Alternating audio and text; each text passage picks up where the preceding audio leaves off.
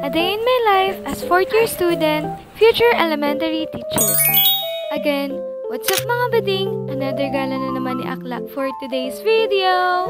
So yun, ngayong araw nga ay meron kaming pictorial para sa aming pinning day. Yes! At bukas na siya. At baka may magtaka sa inyo, bakit nga ba kami nakagantong suot? Ito nga pala yung tinatawag na gala uniform, which is ito yung gagamitin ng mga fourth-year student.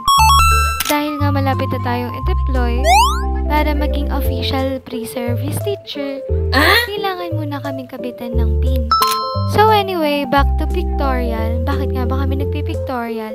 Ito kasi yung ipapakita sa screen na lahat ng picture ng mga fourth-year student na nakagala uniform. And also yung individual picture. Dahil nga first time na suotin ng gala uniform and also nakaayos ka na, hindi na natin papalagpasin yung mag-pictorial ang gamit yung phone ni Kate. I mean, ni Ma'am Kate. Ayun na nga, sa first video, ako talaga yung kumukuha ng mga picture nila. Syempre, as a photographer daw. Yes! Then, ako naman, syempre, hindi ako papahuli, no? Pero ayun na nga, may mga bagay na hindi tayo pagkakatulad-tulad. No! Kaya nga, sa kanila, ang ganda ng mga kuha ko. Pero pagdating sa akin, maganda din. Like, hindi lang balance yung lightning. I mean, yung timpla.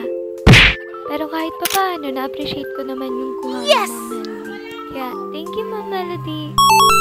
Siyempre, hindi mawawala yung pinsan ko. I mean, anak ng pinsan ko.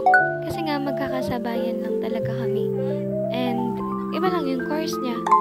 Lahat ng course sa CTE is nandito. Lahat Wow! here. Lahat kami may pictorial. Ang sama-sama at individual. Tapos na nga yung pinsan ko at sumakses na sila. Kaya naman after pictorial, hindi ko na talaga nabibiyuhan yung iba kasi gutom na kami. Ngayon nga tapos na ang pictorial at mag-aantay pa kami na matagal, umuwi muna ako. And pabalik na nga ako sa school para kunin yung books and also yung mga gagamitin para sa pinning. And yung iba talaga, mga nag-aantay na kasi nga malalayo yung bahay nila. At ito nga pala mga magiging soon-to-be teacher. And finally, dumating na yung mga books at yung ibang dadalhin para sa pinning day. At ito nga pala mga masisipag na officers sa room namin. Yes!